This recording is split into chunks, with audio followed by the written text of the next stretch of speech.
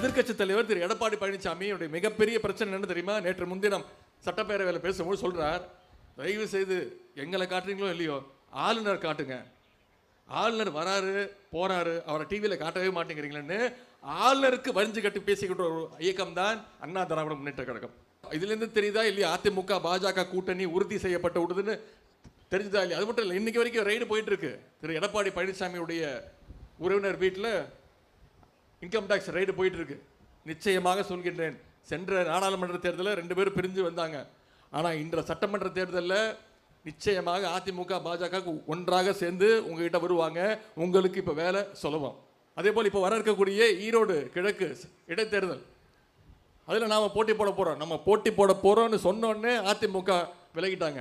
ஏன்னா தெரியும், கண்டிப்பாக நிச்சயமாக தோல்வி அவங்களுக்கு உறுதி செய்யப்பட்ட ஒன்றுன்னு. இது வரைக்கும் 10 தோல்வி பழனிசாமி. நம்முடைய தலைவர் அவர்கள் பொறுப்பேற்ற பிறகு, தலைவராக பொறுப்பேற்ற பிறகு சந்தித்த அனைத்து தேர்தலிலும் வெற்றி.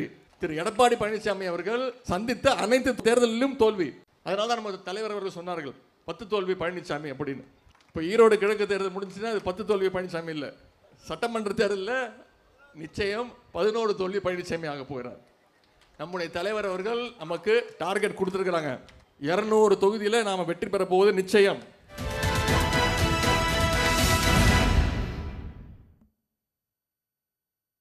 வணக்கம். கேள்விக்களம் நிகழ்ச்சிக்கு உங்களை வரவேற்கிறோம். இது மக்களின் மேடை. ஈரோடு கிழக்கு இடைத்தேர்தலை புறக்கணிக்கிறதா பாஜக அறிவிச்சிருக்குது. அதாவது தேசிய ஜனநாயக கூட்டணி கட்சிகள் போட்டியிடாது அப்படின்னு சொல்லி பாஜகவுடைய தலைவர் அண்ணாமலை அறிவிச்சிருக்காரு. ஏற்கனவே அதிமுகவும் தேர்தல் புறக்கணிப்பு அப்படிங்கிறத அறிவித்த சூழலில் தான் பாஜகவும் இன்னைக்கு இந்த அறிவிப்பை வெளியிட்டிருக்குது. தேமுதிகவும் போட்டியிட போகிறதில்ல அப்படின்னு சொல்லி அவங்களும் அறிவிச்சிட்டாங்க. ஸோ களத்தில் திராவிட முன்னேற்ற கழகமும் நாம் தமிழர் கட்சியும் தான் நிற்குது. திராவிட முன்னேற்ற கழகத்தை பொறுத்த வரைக்கும் விசி சந்திரகுமாரை வேட்பாளராக இறக்கியிருக்காங்க, களம் இறக்கியிருக்காங்க. இந்த சூழலில் தான் துணை முதலமைச்சர் உதயநிதி ஸ்டாலின் சில விஷயங்களை பொங்கல் விழாவில் பகிர்ந்திருக்காரு. என்னென்னா, அதிமுகவும் பாஜகவும் கள்ள கூட்டணி அப்படிங்கிறது தொடர்ந்துட்டு தான் இருக்குது. 2024 தேர்தலில் அவங்க தனித்தனியாக வந்தாலுமே கூட 26 தேர்தலில் 2 பேரும் ஒன்று சேர்ந்து தான் வரப்போகிறாங்க. அதை நீங்கள் பார்க்க தான் போகிறீங்க அப்படின்னு சொல்லி உதயநிதி ஸ்டாலின் குறிப்பிடுறாரு.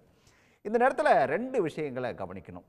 ஒன்று, இடைத்தேர்தல் புறக்கணிப்பு அப்படிங்கிறத, அதை எதிர்க்கட்சிகளுடைய இடைத்தேர்தல் புறக்கணிப்பு அப்படிங்கிறத எப்படி எடுத்துக்கிறது. இன்னொரு பக்கம் உதயநிதி ஸ்டாலின் சொல்லக்கூடிய அதிமுக பாஜக கள்ளக்கூட்டணி. இதெல்லாம் தொடர்பாக தான் இன்றைய கேள்விகள் நிகழ்ச்சியில் விரிவாக பேசியிருக்கோம். விவாதத்தில் பங்கேற்க திராவிட முன்னேற்ற கழகத்திலிருந்து அவருடைய செய்தி தொடர்பாளர் டாக்டர் ஹபிசுல்லா, அதேபோல் அரசியல் விமர்சகர் ரவீந்திரன் துரைசாமி, அரசியல் விமர்சகர் எம் குமார், இவர்களோடு அரசியல் விமர்சகர் பொங்கலூர் மணிகண்டன், மார்க்சிஸ்ட் கம்யூனிஸ்ட் கட்சியிலிருந்து மதுக்கூர் ராமலிங்கம். அனைவருக்கும் வணக்கம். நான் மதுக்கூர் ராமலிங்கத்தின் நிகழ்ச்சியை தொடங்கலாம் அப்படின்னு நினைக்கிறேன். மதுக்கூர் ராமலிங்கம் சார், 2 விஷயங்களை பார்க்கணும் சார். இப்போ இந்த பாஜகவுடைய தேர்தல் புறக்கணிப்பு அப்படிங்கிறது எப்படி சார் எடுத்துக்கலாம்? இப்போ ஈரோடு கிழக்கு இடைத்தேர்தலில் அநேகமாக நீங்கள் சொன்னது போல திராவிட முன்னேற்ற கழகம், அதை எதிர்த்து நாம் தமிழர் என்பதாக களம் இப்போதைக்கு இருக்கிறது. இதை நீங்கள் தனித்து பார்க்கக்கூடாது.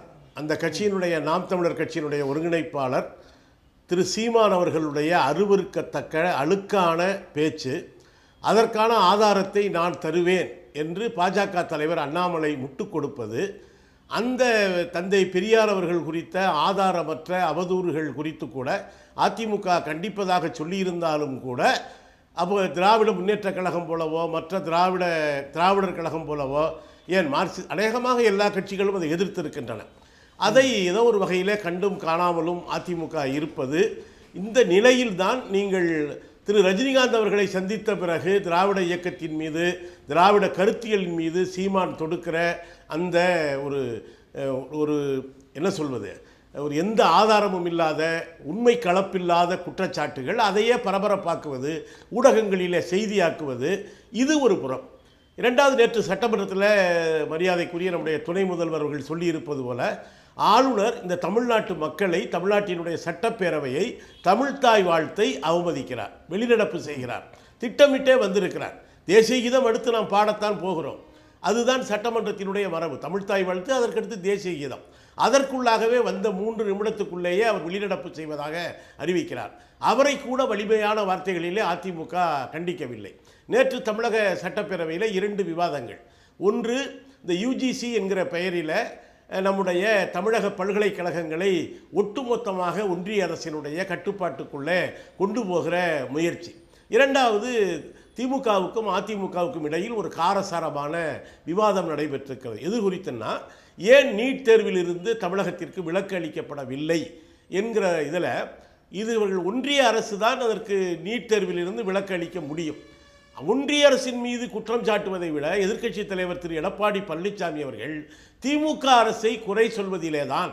ஏனென்றால் அதிமுக ஆளுங்கட்சியாக இருக்கிற பொழுது இதே தமிழக சட்டப்பேரவையில் திமுக உட்பட ஆதரித்து நீட் தேர்விலிருந்து தமிழ்நாட்டுக்கு விலக்கு வேண்டும் என்கிற தீர்மானத்தை நிறைவேற்றி அனுப்பியிருக்கிறோம். அதை அவர்கள் குடியரசுத் தலைவருக்கு கூட உள்துறை அமைச்சகம் அனுப்பவில்லை என்பதெல்லாம் கடந்த கால செய்தி. இந்த விஷயத்தில் திமுகவோடு எதிர்த்து நின்று திமுகவோடு நின்று தமிழ்நாட்டினுடைய உரிமைக்காக போராட வேண்டிய அதிமுக ஒன்றிய அரசை கொஞ்சம் கூட குற்றம் சாட்டாமல் திமுகவை எதிர்க்கிறது என்று சொன்னால், இன்றைக்கு துணை முதல்வர் சொல்லியிருக்கிறார் அல்லவா, விக்கிரவாண்டி இடைத்தேர்தலில் அவங்க பாமகவை முன்னிறுத்தி பாஜக பின்னுக்கு நின்றது. இவர்கள் ஏதோ ஒரு வியூகம் வகுத்துத்தான் ஈரோடு கிழக்கு இடைத்தேர்தலை எதிர்கொள்கிறார்களோ என்பது. அந்த கடந்த மக்களவைத் தேர்தலில் எடப்பாடி பழனிசாமி அவர்கள் கற்பூரம் அடித்து சத்தியம் பண்ணாங்க. ஆனால் அதிமுகவுக்கான நெருக்கடி என்பது அவர்களுடைய தேர்தல் சின்னமே மறுபடியும் இரட்டை இலை தேர்தல் ஆணையத்தின் கையில் இருக்குது. தேர்தல் ஆணையங்கிறது இப்போ பாஜக பரிவாரத்தினுடைய துணை கிரகங்களில் ஒன்றாக மாற்றப்பட்டு விட்டது. இப்போ தேர்தல் ஆணையம் இனிமேலாம் சுயேட்சையாக செயல்பட போவதில்லை. அது இடி மாதிரி, அமலாக்கத்துறை மாதிரி ஒரு பாஜகவுக்கு பணிந்து போகிற ஒரு துறையாக மாற்றப்பட்டு விடுமோ அந்த அரசியல் சாசன அமைப்பு என்கிற அச்சம் இருக்கிறது. ஏன்னா இனிமேல் சீனியாரிட்டி படி கிடையாது அப்படின்னு சொல்கிறாங்க. அதையெல்லாம் விட மிக முக்கியமானது, இந்த யுஜிசி விதத்தில் அதிமுக களத்திலே நின்று சட்டமன்றத்தில் சண்டமாரதம் செய்திருக்க வேண்டாமா? இதே அண்ணா பல்கலைக்கழகத்தை சூரப்பா என்கிற ஒருவர் அதிமுக ஆட்சி காலத்தில் மாநில அரசையே கலந்து ஆலோசிக்காமல் ஒன்றிய அரசிடம் ஒப்படைக்க முயன்றார். அன்றைக்கு தமிழ்நாடே கொந்தளித்தது. அதே போன்ற ஒரு நிலைமை இந்தியாவினுடைய அனைத்து பல்கலைக்கழகங்களுக்கும் அந்த நிலையை கொண்டு வருகிற பொழுது ஏன் அதிமுக அவ்வளவு வலுவாக எதிர்க்கலை? ஏற்கனவே உங்களுக்கு அனுபவம் இருக்க அண்ணா பல்கலைக்கழகத்தை கபலீகரம் செய்ய ஒன்றிய அரசு முயன்றது.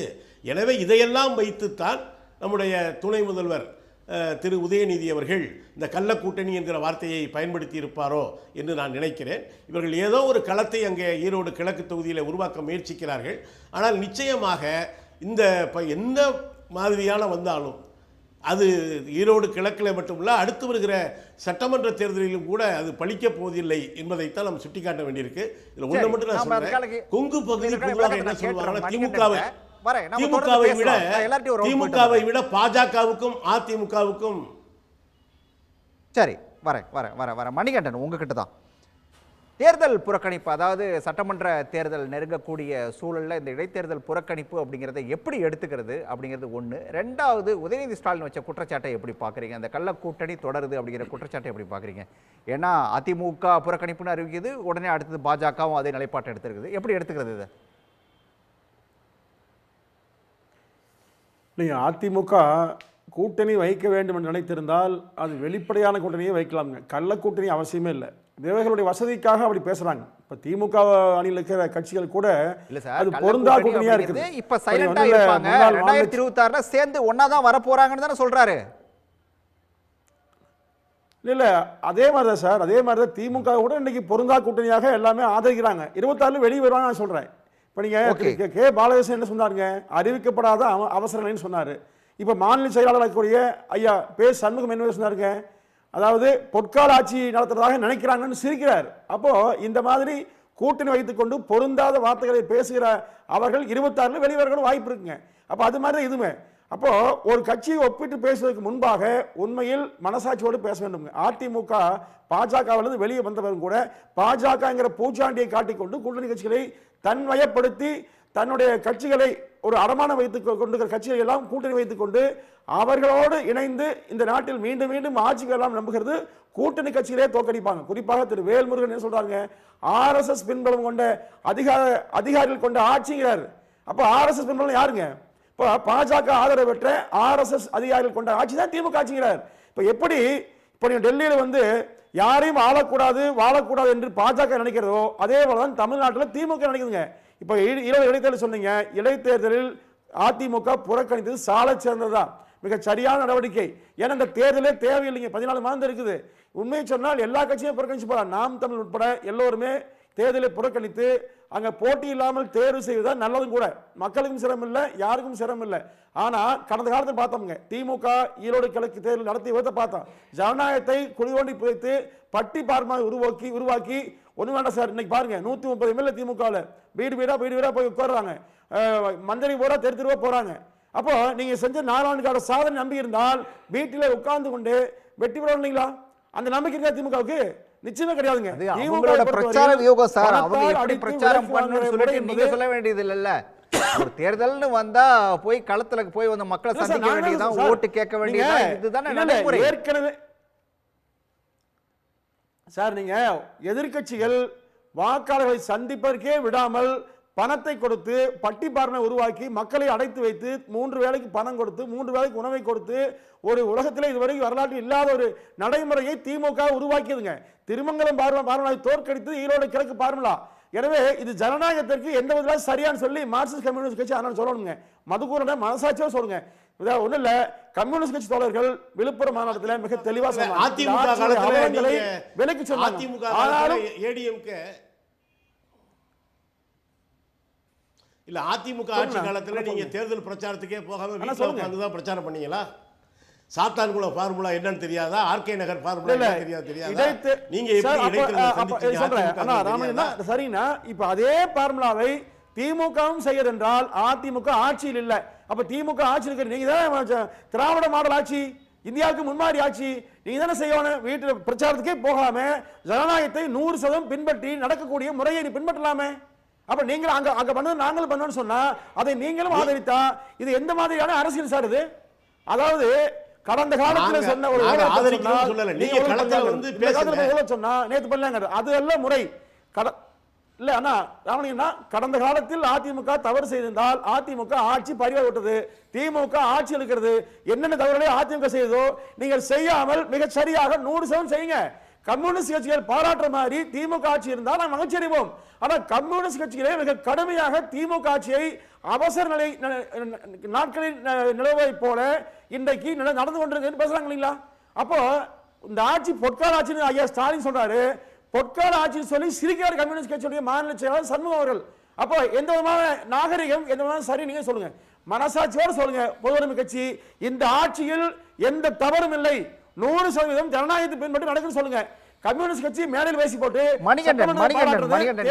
எனக்கு ஒரே ஒரு டவுட், ஒரே ஒரு சின்ன குறுக்கீடு சார். மணிகண்டன் சார், இந்த ஆட்சி வந்து மோசமா தான் நடக்குது, மக்கள் இந்த ஆட்சி மேல கடுமையான அதிருப்தியில் இருக்காங்க அப்படின்னு சொன்னா அதிமுக நேரடியா ஈரோடு கிழக்குல வந்து களம் இறங்கி இருக்கலாமே, ஈஸியா ஜெயிச்சிருக்கலாம்ல சார்?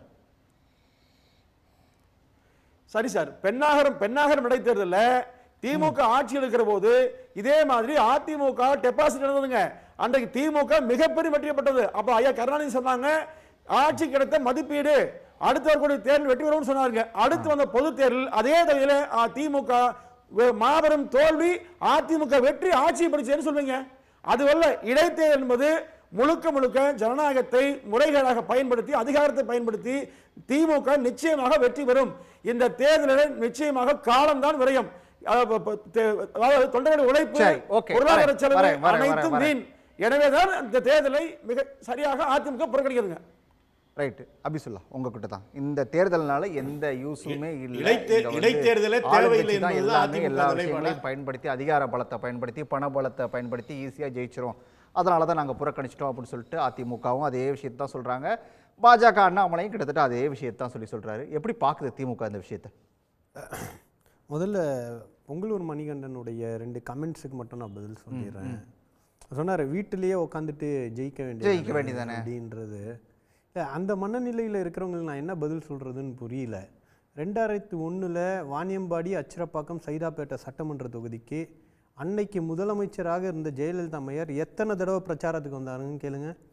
அப்போ நீங்கள் தான் நல்ல ஆட்சி தானே கொடுத்தீங்க. அப்போ ஏன் உங்கள் ஜெயலலிதா அம்மையார் வீட்டில் உட்காந்து தேர்தலில் சந்திக்க வேண்டியதானே? ஏன் மக்களை சந்திக்க வந்தாங்க? தேர்தலுக்குன்னு ஒரு ப்ராசஸ் இருக்குது, தேர்தல் நடக்கும், மக்களை சந்திப்பாங்க, ஒரு கட்சிக்கும் ஒரு வியூகம் இருக்கும். அதனால் எங்கள் கட்சிக்கு ஒரு வியூகம் இருக்குது, நாங்கள் களத்தில் போய் நிற்கணும், எங்கள் கட்சிக்குன்னு ஒரு சிஸ்டம் இருக்குது, அந்த சிஸ்டமை ஃபாலோ பண்ணுறோம். அதனால் ஆட்சி பலவீனமாக இருக்குது, நீங்கள் கரெக்டாக கேட்டீங்க, ஆட்சி பலவீனமாக இருக்குது, மக்கள் அதிருப்தியில் இருக்காங்க, போய் நில்லுங்க. அப்போ நீங்கள் ஜெயிச்சா மட்டும் எலெக்ஷன் கமிஷன் நிற்குதா, நாங்கள் ஜெயிச்சா எலெக்ஷன் கமிஷன் தோற்று போயிடுச்சா, பணம்பலம் ஜெயிச்சிச்சா அப்படின்னு நீங்கள் சொல்கிறதெல்லாம் உங்களுடைய தோல்வி மனப்பான்மையை காட்டுது. 10 தோல்வி பழனிசாமி 11 தோல்வி பழனிசாமி ஆகக்கூடாதுன்றதுக்காக எடுக்கப்பட்ட நிலைப்பாடு, இவ்வளோதான். நான் என்ன சொல்ல வரேன்னா, குறைந்தபட்சம் உங்களுடைய தொண்டர்களுடைய மனநிலை யோசிச்சு பாருங்கள். அவங்க தேர்தலை சந்திக்கணும்னு நினைக்கிறாங்க. இதில் உங்களுக்கு ப்ரெஸ்டீஜ் இஷ்யூக்காக ஒரு ஜனநாயகத்தில் ஒரு அரசியல் கட்சி நடத்துறது எதுக்கு? நாங்களும் கடந்த காலத்தில் புறக்கணிச்சிருக்கோம் இடைத்தேர்தல்கள். ஆனால் அன்னைக்கு இருந்த கள சூழல் வேற, இன்னைக்கு இருந்த கள சூழல் வேற. அன்னைக்கு 2ஆம் இடத்துக்கான போட்டி என்பது அல்ல. ஒரு 50 வருஷத்தில் நான் அதிமுக தான் 2வது இடத்துக்கு அங்கே கண்டெஸ்டே கிடையாது. வகுப்புவாதி சக்திகளாக அன்னைக்கு பேசப்பட்டவங்க ஃப்ரிஞ்ச் எலிமெண்ட்டாக ஓட் பர்சன்டேஜ் ரொம்ப குறைவாக இருந்துச்சு. யாருமே அன்றைக்கி பாஜகவோ இல்லை வேறு யாரோ நாங்கள் தான் 2வது இடம் சொன்னது கிடையாது. ஆனால் இன்றைக்கி பாஜக சொல்லுது, நாம் தமிழர் கட்சி சொல்லுது. அப்படி சொல்லக்கூடிய இடத்துல 2ஆம் இடத்தில் இன்னொரு திராவிட கட்சி இருக்குது அப்படின்னு நிரூபிக்க வேண்டிய கட்டாயம் எடப்பாடி பழனிசாமிக்கு இருக்குது. அதுவும் இன்றைக்கி என்ன சூழல்னா, பெரியாருக்கு எதிராக திராவிடத்துக்கு எதிராக ஒரு கோஆர்டினேட்டட் சிங்க்ரனைஸ் ஒருங்கிணைந்த ஒரு தாக்குதல் நடத்தப்படுகிறது. அவங்க தான் 2வது இடத்தை கிளைம் பண்ணிக்கிட்டு இருக்காங்க.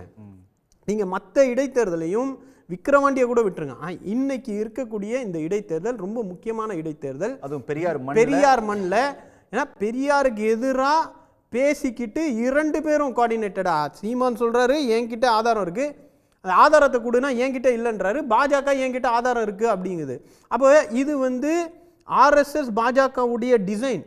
யூபியில் தலித்துகளுடைய வாக்குகளை அடிப்பதற்காக மாயாவதி எப்படியா ப்ராக்சியாக யூஸ் பண்ணாங்களோ, இன்னைக்கு பாஜக நாம் தமிழர் ப்ராக்சியாக யூஸ் பண்ணிக்கிட்டு இருக்குது. அப்போ அந்த ப்ராக்சிக்கு நீங்கள் இடத்த கொடுத்து இங்கே பெரியாருக்கு எதிராக திராவிடத்துக்கு எதிரான ஒரு சூழலை உருவாக்கி தருவதற்கு கை கோர்த்துக்கிட்டு வேலை பார்க்குறீங்க. அதுதான். அப்போ இந்த களம் எப்படி இருக்க போகுதுன்னா, இனி திமுக எதிர்ப்பு மட்டும்தான் தமிழ்நாட்டுடைய அரசியல். முன்னாடி கலைஞர் ஆதரவு, கலைஞர் எதிர்ப்பு, நாம் தமிழர் கட்சியும் பாஜகவும் கள்ள கூட்டணின்றீங்களா? இன்னைக்கு திமுக கூட்டணிக்கு எதிராக எல்லாரும் கள்ள கூட்டணியோ நல்ல கூட்டணியோ இல்லை எந்த கூட்டணியோ இருக்கட்டும், ஆனால் எல்லா கூட்டணியாக எங்களை எதிர்ப்பது அப்படின்னு வந்திருக்கும் போது இன்னைக்கு அதிமுக தன்னுடைய இடத்தை தன்னுடைய பலத்தை நிரூபிக்க வேண்டிய ஒரு கட்டாயம் இருக்குது. ஏன்னா இப்போ அண்ணா சொன்னார், தேர்தலில் அதிமுக நடந்த தவறுக்காக அவங்கள மக்கள் புறக்கணிச்சிட்டாங்க. இப்போ நீங்கள் ஆட்சியில் இருக்கீங்க. 2024 நாங்களும் 40 தொகுதிகளில் ஜெயிச்சிருக்கோம். அதனால் என்ன, அதுக்கு முன்னாடி 24க்கு முன்னாடி திமுகவுடைய ஆட்சியில் நடந்த சிக்கல்களை பற்றிலாம் அதிமுக விமர்சிக்காதா இனிமே?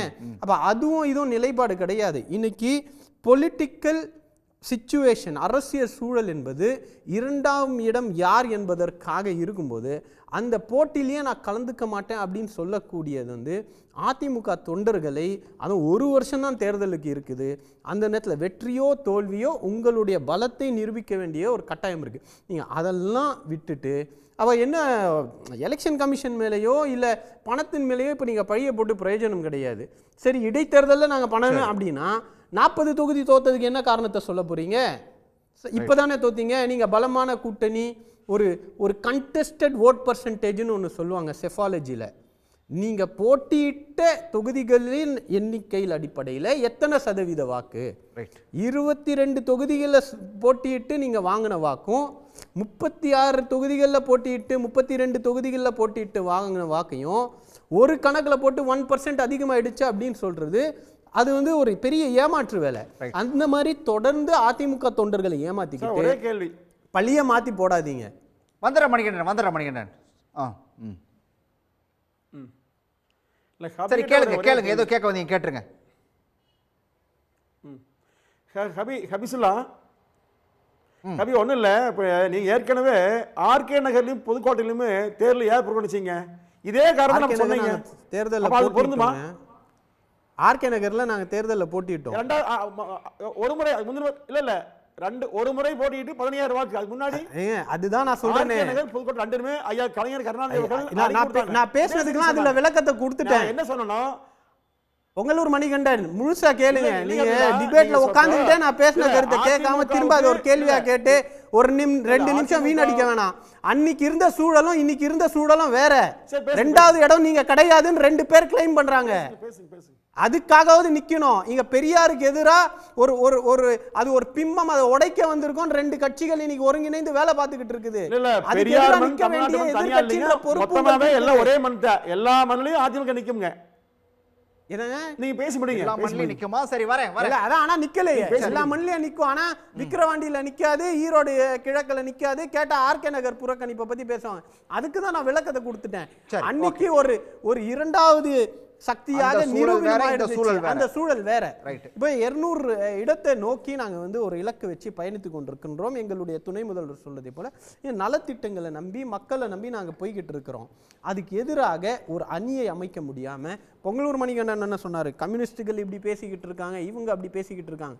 இப்படி பேசக்கூடியவர்கள் யாரும் இதை விட எடப்பாடி சிறந்ததா வேலை செஞ்சாருன்னு சொல்ல மாட்டேன்றாங்க. மக்களும் அதை சொல்ல மாட்டேன்றாங்க. தொடர்ந்து பேசலாம். அங்கிருந்து தான் இதை அணுகணும். எங்கள் மீது குறை சொல்வதனால மட்டும் உங்ககிட்ட வந்துருவாங்க. நீங்க பகல் கனவு கண்டுட்டு இருந்தீங்கன்னா உங்களுடைய நிலைப்பாடு என்னன்னு தெரியல. ஆளுநர் விவகாரத்துல பிரச்சனை அடுத்தடுத்து பேசலாம். வந்துடுறேன் ரவீந்திர துரைசாமி உங்ககிட்ட தான். ஈரோடு கிழக்கு இடைத்தேர்தலை அதிமுக புறக்கணிக்குது. அதை தொடர்ந்து பாஜகவும் புறக்கணிக்குதுங்கிற ஒரே ஒரு காரணத்துக்காக அதிமுகவுக்கும் பாஜகவுக்கு இடையே கள்ள கூட்டணி இருக்குது. 2026 அவங்க ஒன்று சேர்ந்து தான் வரப்போறாங்க அப்படின்னு சொல்லி உதயநிதி சொல்றதை எப்படி எடுத்துக்கிறது? அதிமுகவுக்கும் பாஜகவுக்கும் இடையில ஆரம்பத்தில் 2024 மக்களவைத் தேர்தலுக்கு முன்னாடி இருந்தது சீட்டு தகராறு தான். ஐயா எடப்பாடி பழனிசாமி அவர்கள் 330 சீட்டு என்டிஏ வரும், 3வது முறையும் மோடி பிரதமராக வருவார்னு தான் அனௌன்ஸ் பண்ணார். அதற்கு பிறகு அண்ணாமலை நாங்கள் 12 சீட்டு எங்களுக்கு வேணுங்கிற ஒரு கோரிக்கையை வைக்கும்போது 6 சீட்டுக்கு மேலே ஒரு இஞ்சி நகராருங்கிறதுல எடப்பாடி உறுதியாக நின்னார். அந்த வகையில் அது பிரேக் ஆச்சு.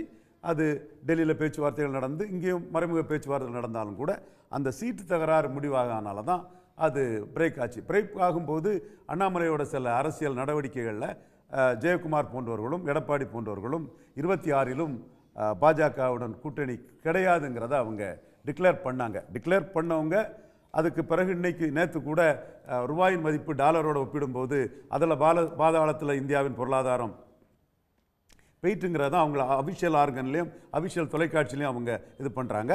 அது மட்டும் இல்லை, சட்டமன்றத்தில் கூட காங்கிரஸை ஏன் கூப்பிடலைங்கிற அந்த கருத்தை தான் முன்வைக்கிறாங்க. அசான் டேட் இதுதான் பொசிஷன். காரணம் அவங்க கிறிஸ்தவ முஸ்லீம் வாக்குகளுக்கு பாஜக மைனஸுங்கிற எண்ண ஓட்டத்தில் தான் எடப்பாடி பழனிசாமி தரப்பு இருக்காங்க. ஒரே ஒருவர் மட்டும்தான் சுருதி பேதமாக மாறுபட்ட கருத்தை சொன்னவர் ஐயா வேலுமணி. அதை ஜெயக்குமார் அடிச்சிட்டார்.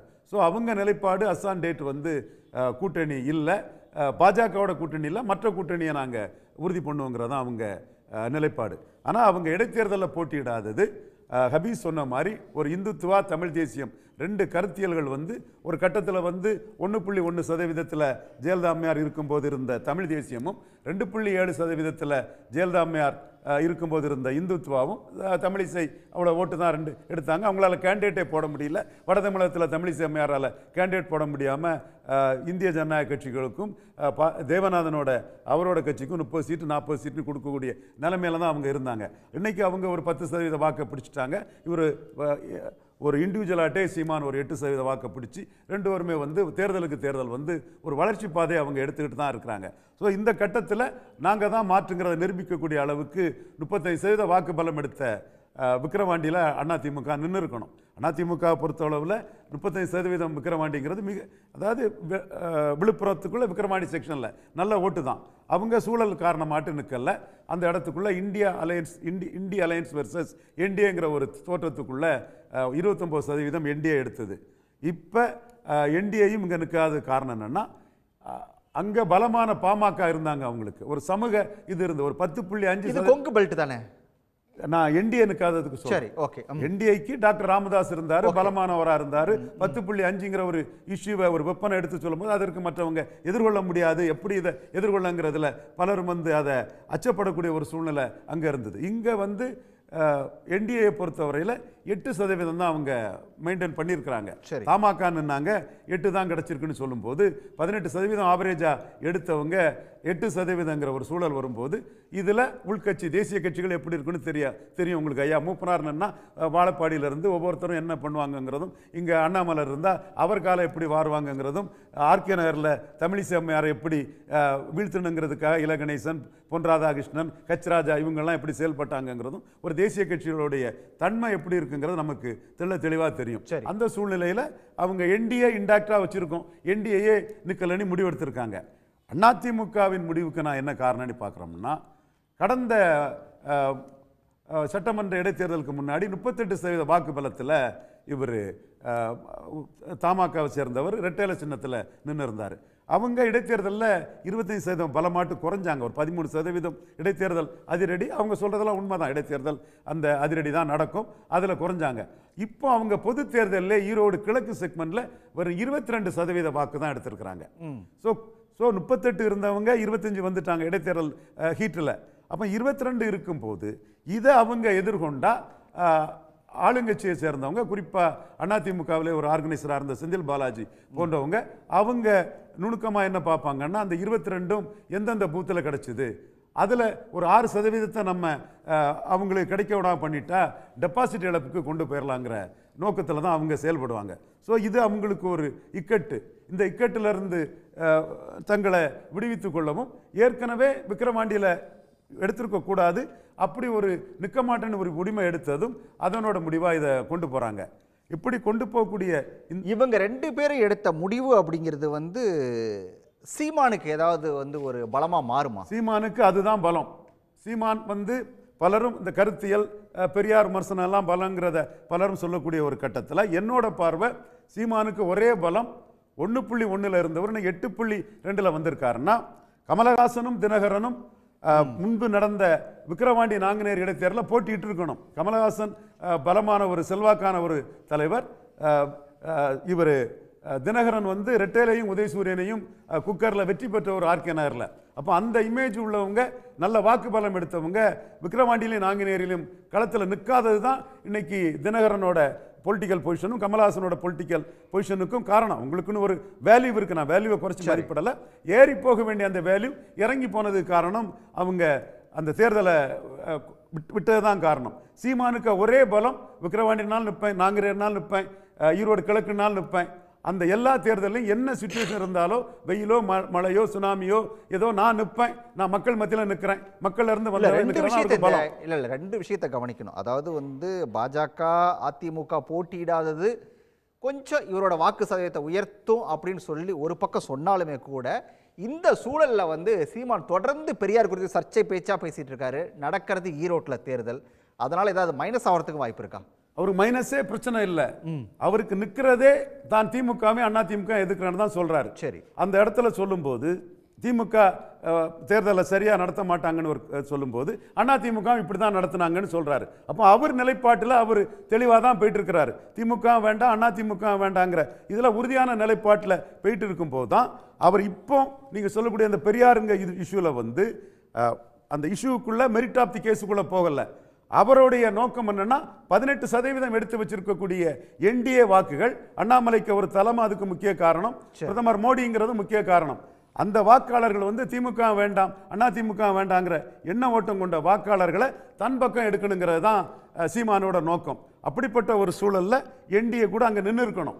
அதில் சேலஞ்சை மத்தியில் அதிகாரத்தில் இருக்கக்கூடியவங்க அந்த சேலஞ்சை எதிர்கொண்டிருக்கணும். அவரும் 8.3 தான் இருக்காங்க, என்டிஏ தமாகவும் 8.3 தான் இருக்கிறாங்க. பட் என்டிஏ அங்கே நிற்கல. ஸோ சீமானுக்கு வந்து இங்கே ஈரோடு கிழக்கில் என்ன எடுக்கிறாரு என்ன வருதெல்லாம் அவர் பிரச்சனையே இல்லை. விக்கிரவாண்டியில் 1.5% ஓட்டு தான் எடுத்தாரு. ஆனால் கமலஹாசன் களத்தில் நின்னா அவர் ஒரு 10% ஓட்டு எடுத்திருப்பார், திரைக்கலைஞர். அவர் நிற்காதது கமலஹாசன் சீரியஸான அரசியல்வாதி அல்ல, நிற்கிறது சீமான் சீரியஸான அரசியல்வாதி. தமிழ் தேசியத்தின் எழுச்சின்னு எல்லாம் நான் சொல்ல வரல, களத்துக்குள்ள அவர் ஓடாம நிற்கிறாரு, களத்துக்குள்ள துணிஞ்சு வந்து நிற்கிறாரு. 10.5 டாக்டர் ராமதாஸ் சொன்னாருன்னா அதெல்லாம் முடியாது, ஜாதிவாரி கணக்கெடுப்பு நடத்தி நீங்க 14 கொடுத்துடுங்க, உங்களுக்கு என்ன எண்ணிக்கை இருக்கோ அந்த எண்ணிக்கையை கொடுத்துடுங்க, எந்த ஜாதிக்கும் பாதிப்பு வரக்கூடாதுன்னு அவருக்கு எதிரான ஒரு கருத்தை களத்துக்குள்ள போய் சொல்றத இடைத்தேர்தலை தாண்டி 214 தொகுதியிலும் மக்கள் பார்க்குறாங்க. அந்த ஒரு கான்செப்ட்லையும் அந்த ஒரு தன்மையிலையும் தான் 1.1 இருந்தவர் 8.3 வளர்ந்திருக்காரு. தமிழ் தேசியத்தின் வளர்ச்சிங்கிறது பலர் சொல்லலாம், என்னோட பார்வை தொடர்ந்து அவர் களத்துக்குள்ள நின்று போராடுறதான் அந்த வளர்ச்சி. இதுல என்டிஏயும் நின்றுக்கணுங்கிறது என்னோட பார்வை. ரைட். ஏன் நிக்கல அப்படின்னு ஒரு கேள்வி. பாஜகவை பொறுத்த வரைக்கும் 2026 தான் எங்க இலக்கு அப்படின்னு சொல்லி அண்ணாமலை சொன்னாலுமே கூட இதை இந்த ஈரோடு கிழக்கு அப்படிங்கிறத ஒரு ட்ரையலாக எடுத்துட்டாவது களமிறங்கி இருக்கலாம்ல. ஏன் பாஜகவும் களத்துக்கு வரல? அதாவது ஜனநாயகத்தில் கட்சி ஆட்சி முறை அப்படிங்கிற ஒரு நூலை எழுதினவங்கிற முறையில் கட்சிகளுடைய வியூகம் ஜெயிக்கிறது பதவியை பிடிக்கிறதுக்காக மட்டும்தான் தேர்தலில் போட்டியிடுறதுங்கிற கான்செப்டுக்குள்ளே 2 கட்சியும் வந்திருக்கிறது. இந்த 2 கட்சியில் 3 கட்சி தேமுதிக எடுத்துக்கலாம். இது ரொம்ப துரதிருஷ்டவசமானது. இவங்களுக்கு அரசியல்னால் என்ன பொலிட்டிக்கல் சயின்ஸே தெரியல. இந்த முடிவு எடுத்த அது பாஜகவில் உள்ள கோர் கமிட்டியாக இருக்கட்டும் அல்லது அதை இந்த கருத்தை முதல்ல முன்மொழிந்த எந்த ஒரு நபராக இருக்கட்டும் அவங்களுக்கு அரசியல் பின்புலமும் அரசியல் பார்வையும் பொலிட்டிக்கல் வியூவும் என்னன்னு தெரியாத ஒரு முடிவு தான் இது. அவங்க முடிவு, அவங்க எடுக்கிற முடிவு, அவங்க கட்சி முடிவு. நான் ஒரு அரசியல் விமர்சகராக இதை சொல்ல கடமைப்பட்டிருக்கிறேன். அடுத்தபடியாக எடப்பாடி பழனிசாமி குமார் அண்ணாமலை செஞ்சது சரிதான், எடப்பாடி செஞ்சது சரிதான் அப்படின்னு சொல்லுவீங்கன்னு நினைச்சேன். ஆனால் இல்லை நான் எப்போதுமே எதுக்காகவும் வெஞ்சாமரம் வீசுறது, சால்ரை அடிக்கிறது, துதிபாடுறது, இந்த 3 ஒரு மனுஷனுக்கு இருக்கக்கூடாதுன்னு விமர்சனம் பண்ணக்கூடியவன். அதனால நான் இப்படி தான் நான் பேச முடியும் இன்னைக்கு இந்த தலைப்பில். அடுத்தபடியாக அதிமுக ஆல்ரெடி 10 தேர்தலில் தோற்றுருக்கிறது. விக்கிரவாண்டி தேர்தலில் அந்த ஓட்டுகள்லாம் கூட பல இடங்களுக்கு திமுகவுக்கு மற்ற கட்சிகளுக்கு போயிருக்கிறது. அப்போ இந்த நேரத்தில் எடப்பாடியுடைய பக்கத்து தொகுதி, எடப்பாடியுடைய சேலம் அவருக்கு சொந்த ஊர், இது பக்கத்து தொகுதி. அவர் அதை போட்டி விட்டுருக்கணும். அதில் 2வது கட்ட தலைவர்கள் போட்டியிடுறதுக்கு தான் சொல்லியிருக்காங்க. அவருக்கு அது என்னன்னு தெரியல. அந்த ஈரோடு சேலத்தில் இருக்கிறவங்களுக்கு மைண்ட் செட்டு 2 பேருக்கு, இப்போ அண்ணாமலைக்கும் அவருக்கும் ஒரே மைண்ட் செட்டு தான். டிவி விவாதங்களுக்கு யாரும் போகக்கூடாதுன்னு 2 வருஷம் முன்னால் ஒரு கட்டளை போட்டாங்க. எழுத்துப்பூர்வமாக இல்லாத ஒரு கட்டளை. அதை யாருமே வராமல் உங்களுக்கு தெரிஞ்சிருக்கும். அது 2 கட்சியிலையும் இருக்குது, இன்றைக்கும் இருக்குது, அமுலில் இருக்குது. அது 2 வராங்க. இப்போ அது வர்றாங்க. ஆனால் அது அன்ஆத்தரைஸ்டு தான் வர்றாங்க. இது என்னன்னு தெரியல. இதுக்கு என்னன்னு அவங்க தான் சொல்லணும். பட் இதெல்லாம் இன்மெச்சூர் டிசிஷன். ஒரு கட்சி, ஒரு அரசியல் கட்சி திமுக என்பது ஒரு கட்சி. அதிமுக பல ஆண்டுகள் 30 வருஷம் நாட்டை ஆண்ட கட்சி, எம்ஜிஆர் ஆரம்பித்த கட்சி, ஜெயலலிதா நடத்திய கட்சி. அப்போ அந்த கட்சியில் முடிவுகள் எந்த அளவுக்கு ஒரு கட்சியை கொண்டு விடுன்னா, 91 ஜெயலலிதா அம்மையார் ராஜீவ்காந்தி இறக்கலைன்னா அன்னைக்கு ஏடிஎம்கே ஆட்சிக்கே பிடிச்சிருக்க முடியாது. அப்படி வந்திருந்தாலும் கலைஞர் போட்டு கவுத்திருப்பார், கோழியை கவுத்தின மாதிரி கவுத்திருப்பார். கலைஞர் அத்தனை வருஷம் ஆண்டு இருந்து அவர் பண்ணியிருப்பார். அப்புறம் அந்த கட்சி வந்ததுனால இத்தனை வருஷம் அது கண்டினியூ ஆகி அவர் திறமையாக சாமர்த்தியமாக கொண்டு வந்துட்டாங்க. அப்பேற்பட்ட ஒரு கட்சி அவர் இன்றைக்கி முதலமைச்சராக தன்னை அறிமுகப்படுத்தி கொண்டு அந்த கட்சியினுடைய பொதுச் செயலாளராக இருக்கக்கூடிய எடப்பாடி பழனிசாமி 2 வருஷம் இருந்தாலும் சரி 3 வருஷம் இருந்தாலும் சரி அதை மக்கள்கிட்ட அந்த தொகுதியில் ஒரு 2-3 இடத்துல அதிமுக ஓட் பங்கு மொத்தமாக அதிமுக ஓட் பங்கு அங்கே இருக்கிறது. அந்த அதிமுக ஓட்டு யாருக்கு போடுவாங்க? அந்த அதிமுக ஓட்டர்ஸ் அவங்களுடைய ஓட்டை கொண்டு எந்த பேங்கில் போடுவாங்க, யார்கிட்ட கொண்டு டெபாசிட் பண்ணுவாங்க? திமுகவுக்கு டெபாசிட் பண்ணணும். நாம் தமிழரை பற்றி நீங்கள் சொன்னீங்க. நாம் தமிழரை பற்றி நான் பொதுவாகவே எப்போதுமே நான் எழுதுறதும் பேசுகிறது உண்டு. அவரும் சின்ன பெரியார்னு அவருக்கு பேர் வச்சுருக்கேன். நான் இப்போ இல்லை, பல வருஷத்துக்கு முன்னே. சரி, சின்ன பெரியார் வாயில் வந்ததெல்லாம் பேசுறது, கண்டதெல்லாம் பேசுறது, அரசியலுக்கு தொடர்பு இல்லாத இப்படியே பேசி அதுக்கு ஒரு கூட்டம் தமிழ்நாட்டில் இருக்குது. அந்த கூட்டம் அவரை வளர்த்தெடுத்து 35 லட்சம் 36 லட்சம் ஓட்டையும் அவர் வாங்கிட்டார். இப்போ அவர் சமீபத்தில் பெரியாரை பற்றி இப்படி பேசியிருக்கார். அந்த பேசின கருத்துலலாம் அவங்க ஒரு பர்டிகுலர் போர்ஷனை தவிர ஆனால் கேள்விப்பட்டிருக்கேன், நிறைய பேர் அப்படி சொல்லியிருக்காங்க. ஆனால் அவர் எழுத்துப்பூர்வமாக இருக்குன்றாரு, அவர் நாட்டுடைமை ஆக்கலை அப்படி இப்படின்லாம் சொல்கிறாங்க, அது தனி. ஆனால் அந்த தொகுதியில் அந்த காரணத்துக்காக அவர் போட்டியிட்டால் அவருக்கு என்ன ஆகுங்கிறது எதிர்ப்பு ஓட்டும் இருக்கும், ஆதரவு ஓட்டும் இருக்கும். இந்த அதிமுக ஓட்டு யாருக்கு போடுவாங்க? ஒரு கட்சியை திமுகவுக்கு நான் ஓட்டே போட மாட்டேன்னு சொல்லிக்கிட்டு இருக்கிற கட்சி யாருக்கு கொண்டு ஓட்டு போடுவாங்க? நாம் தமிழருக்கு தான் போடுவாங்க. இல்லை சையத் அபிசுல்லா சொன்னது போல அப்போ பாஜகவுடைய வாக்குகள் எல்லாம் அவங்க ஏற்கனவே ஒரு பிளான் பண்ணி திட்டம் போட்டு ஏற்கனவே சொல்லிட்டு இருக்கிற அந்த ரகசிய கூட்டணி மாதிரி பாஜகவுடைய வாக்குகள் நாம் தமிழருக்கு தான் போகும். நான் பாஜக உறுப்பினர் 23 வருஷம் அங்கே இருக்கிற எல்லாத்த விட சீனியர் நான் உறுப்பினர். நான் அரசியல் பார்வையில் இதை பேசுகிறேன். பாஜகவில் ஐடியாலஜியே கிடையாது சார். பொலிட்டிக்கல் இந்த தமிழ்நாட்டு மண்ணில் எப்படி அரசியல் நடத்தணுங்கிற பாலிசி அவங்களுக்கு தெரியல. நான் பகிரங்கமாக குற்றம் சாட்டுறேன். அவங்க எந்த வியூகம் வகுத்தாலும் சரி என்ன சொன்னாலும் ஐ டோன்ட் பாஜக வளர்க்குற குமாரே அதை சொல்கிறீங்க. ஆமாம் சார், நான் அப்படி தான் சொல்ல முடியும். வேறு நான் என்ன பண்ண முடியும்? நான் இப்போ அரசியல் விமர்சகர் என்ன அழைத்திருக்கீர்கள், நான் அரசியல் பார்வையில் தான் அதை பார்க்க முடியும். நான் தனிப்பட்ட முறையில் அது என் கருத்து. அதனால் இந்த தேர்தலில் போட்டியிடாமல் அதிமுகவும் பாஜகவும் போட்டியிடாமல் இருந்தது சூசைட் பண்ணுறதுக்கு சமம் அப்படிங்கிற வார்த்தையை நான் பயன்படுத்த தயங்கவே இல்லை. ஒன்றாச்சா, இவங்களுக்கு எதிர்காலத்தில் இப்படி இருந்தால் எதிர்காலத்தில் இதை கம்ப்ளீட்டாக இந்த மனோநிலையை மாற்றி அமைக்கலன்னா 2026 இவங்களுக்கு எதிர்காலம் கிடையாதுங்கிறதையும் நான் இப்போவே எழுதி வைக்கிறேன். சரி, உதயநிதி ஸ்டாலின் சொன்னதை நீங்க எப்படி பாக்குறீங்க? உதயநிதி ஸ்டாலின் சொன்னது 100க்கு 100. அதாவது எப்படின்னா 2026 ரெண்டு பேரும் ஒன்று சேர்ந்து தான் வர போறாங்க அப்படின்னு சொன்னது. அதுக்கு எடப்பாடிட்ட ரிவர்ஸ் கியரோ 6 கியரோ கிடையாது. அது அவங்களுடைய பை பிளட்டில் இருக்கிற ஒரு கண்டென்ட். அது ஏற்கனவே பல விஷயங்கள் அவரை நம்ம ஸ்டடி பண்ணியிருக்கோம். அவர் அப்படி போவார் இப்படி போவார்னு நம்ம அரசியலுக்காக பேசிக்கிட்டு இருக்கலாமே தவிர, அவர் அடைந்தால் மகாதேவி இல்லையில் மரணதேவி தான் அவருடைய கான்செப்ட். அடைந்தால் நான் அதிமுகவின் பொதுச் செயலாளர், ஆட்சிக்கு வந்தால் நான் முதலமைச்சர், அப்படி இல்லை என்றால் அழிந்தாலும் பரவாயில்லைங்கிறது அவருடைய கான்செப்ட். அதனால் பாஜகவோட கூட்டணி இவங்க வந்து உரலுன்னு நினச்சி உலக்கே போட்டு இடிச்சாங்கன்னு ஒரு பழமொழி சொல்லுவாங்க கிராமத்தில். அது போல் பாஜக அவரை நம்பிக்கிட்டு இருந்தாங்கன்னா வீணாக போயிடுறது உறுதி. ஆகையினால அதுதான் அந்த அடுத்த தேர்தலில் நடக்கக்கூடியது. இந்த பார்வைகள் எல்லாமே மக்கள்கிட்ட இப்போ ஈரோட்டில் இருக்கிற ஓட் பேங்க் என்ன சார், அதுக்கு யாராவது பதில் சொல்லுங்க பார்ப்போம். என்ன பண்ணுவாங்க அவங்க, யாருக்கு ஓட்டு போடுவாங்க? வெறுப்புன்னு இருக்கு. டிஎம்கேக்கு வெறுப்பாக இருக்கிறவங்க இருப்பாங்க இல்லையா? ஏன்னா காலங்காலமா 25-30 வயசுல இருந்து 60 வயசு வரைக்கும் ஓட்டு போட்டவங்க இருப்பாங்க. அதிமுக எம்ஜிஆர் இருக்கு, அங்கே ஜெயலலிதாவுக்காக ஓட்டு போட்டவங்க இருப்பாங்க. அவங்கள பத்தி அவங்க யாராவது நினைச்சு பார்த்தாங்களா? அவங்களுக்கு ஓட்டு பாஜக கூட கொஞ்சம் ஆறுதலா எடுத்த முடிவு ரொம்ப ரொம்ப தவறு. உதயநிதி சொன்னதை கேட்டீங்க. உதயநிதி வந்து கவர்னர் வாய்ப்பு இல்லைன்ட்டீங்க. இல்ல கவர்னர் விஷயத்துல அவர் சொன்னது, கவர்னருக்கு தான் திமுக துரோகம் பண்ணியிருக்கு தவிர அவரை தான் கெரோ பண்ணி அனுப்பியிருக்காங்க தவிர கவர்னருக்கு ஒன்றும் பாராட்டு பத்திரம்லாம் ஒன்றும் பாஜக வர தொடர்ந்து பேசலாம். நான் வந்து மதுக்கூர் ராமலிங்கம் இப்போ வந்து குமார் சொன்ன விஷயங்கள் அப்படியே கடந்து போயிட முடியாது. திமுகவுடைய எதிர்ப்பு ஓட்டுகள் அப்படிங்கிறது ஒரு நிச்சயமாக அது ஒரு பர்சன்டேஜ் இருக்க தான் செய்யும். அந்த வாக்குகள் எங்கே போகும் அப்படின்னு ஒரு கேள்வி. ரெண்டாவது வந்து இந்த 2026 தேர்தலில் உதயநிதி ஸ்டாலின் சொன்னது போல் ரெண்டு பேரும் சேர்ந்து வரதுக்கான வாய்ப்புகள்லாம் இல்லை, எடப்பாடி அதுக்கெல்லாம் நிச்சயமாக ஒத்துக்க மாட்டார் அப்படின்னு சொல்கிறாரு. இதை எப்படி நீங்கள் எப்படி எடுத்துக்கிறீங்க? இல்லை, அதுக்கு முன்னால் ஒரே ஒரு விஷயம். இப்போ எனக்கு முன்னால் பேசிய ஐயா குமார் அவர்கள் சீமானையும் பெரியாரையும் ஒப்பிடுறாரு. ஏதாவது நியாயம் இருக்கா? சின்ன பெரியாருங்கிறார். பெரியார் யாருங்க, சீமான் யாருங்க? இந்த நாட்டில் முதல் அரசியல் சட்ட திருத்தத்திற்கு காரணமாக அமைந்தது தந்தை பெரியார் அவர்களுடைய சமூக நீதிக்கான போராட்டம். ஆனால் சீமானுக்கு அவர் எப்போ என்ன பேசுவார்னே தெரியாது. அவர் பேசுகிற தமிழ் தேசியம் இந்துத்துவாவுக்கு இணக்கமானது. அவர்களுக்குத்தான் இவர் அடியாள் வேலை பார்க்கிறார். அதைத்தான் இப்பொழுது நிரூபிக்கிறார். அவர்கள் திராவிடம் பெரியார் என்பதற்கு எதிராக பாஜக என்ன தமிழ்நாட்டில் பேசிக்கொண்டிருந்ததோ கடைசியில் அவர் அந்த இடத்துக்குத்தான் வந்து நின்றிருக்கிறார். பெரியார் தேர்தல் அரசியலுக்கே வராதவர், காங்கிரஸ் கட்சியினுடைய தலைவராக இருந்தவர். பெரியாரோடு விமர்சிப்பதற்கு உரிமை உண்டு.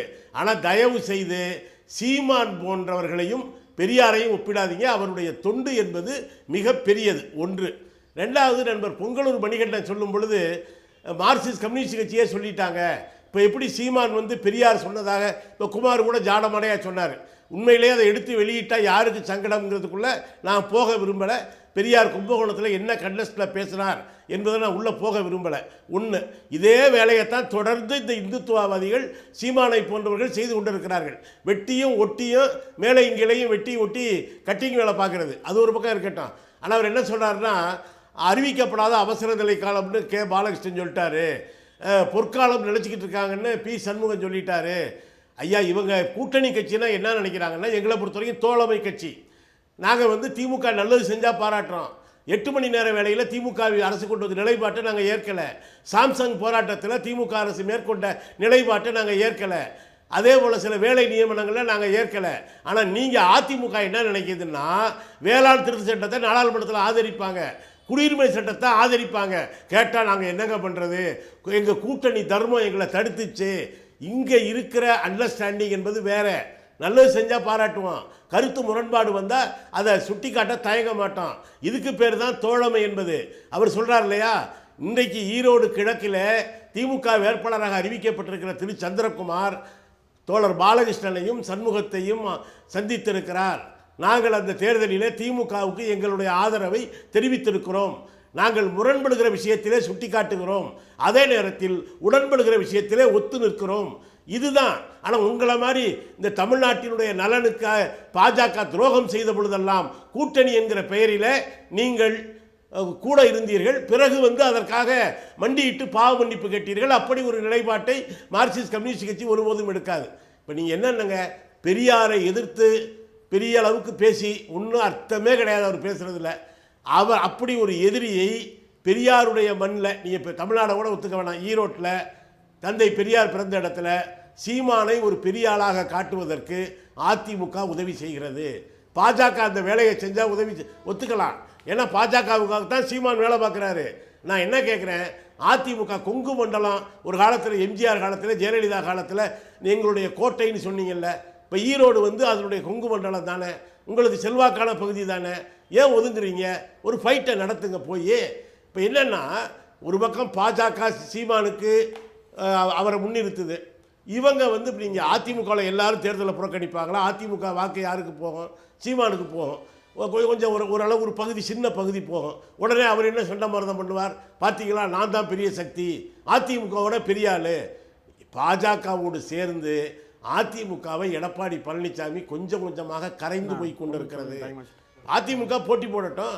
போட்டி போட்டிருந்தா உங்களுடைய நீங்கள் கொங்கு மண்டலம் எங்களுடைய கோட்டைன்னு தானே சொல்லிக்கிட்டு இருக்கீங்க. ஃபைட் பண்ணுங்க. இதே கடந்த கால இடைத்தேர்தல்களில் அதிமுக ஆளுங்கட்சியாக இருக்கும்பொழுது சில தேர்தலை திமுக புறக்கணிச்சிருக்கு, பல தேர்தலில் போட்டியிட்டு தோல்வி கூட அடைஞ்சிருக்கு. ஆனால் நீங்கள் சொல்கிறீங்க மக்கள் அதிருப்தியில் இருக்கிறார்கள், கோபத்தில் இருக்கிறார்கள். அந்த கோபத்தையும் அதிருப்தியையும் நீங்கள் ஈரோடு கிழக்கில் போய் அறுவடை செய்யலாமே. என்னன்னா நீங்கள் பாஜக வகுக்கிற வியூகங்களுக்கு தெரிந்தோ தெரியாமலோ அதிமுகவை பலி கொடுத்து கொண்டிருக்கிறார் எடப்பாடி பழனிசாமி.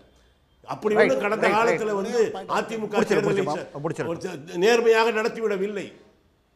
அதிமுக அப்படி ஒன்றும் கடந்த காலத்தில் இடைத்தேர்தல்களை நேர்மையாக நடத்திவிடவில்லை. அம்மையார் காலத்திலும் சரி, மற்ற காலத்திலும். சொல்லி முடிச்சாங்க சார்.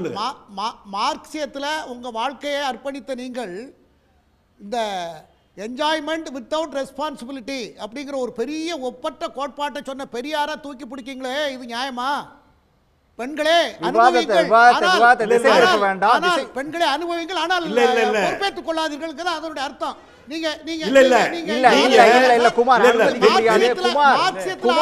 எனக்கு தெரிந்து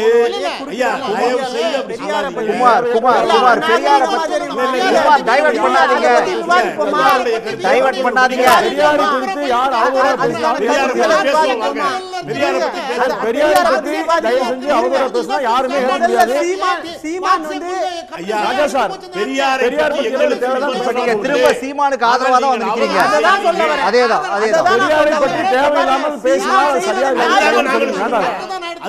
சீமான் செய்யறது நியாயப்படுத்திட்டு இருக்கீங்க. பெரியாருக்கும் சின்ன பெரியார்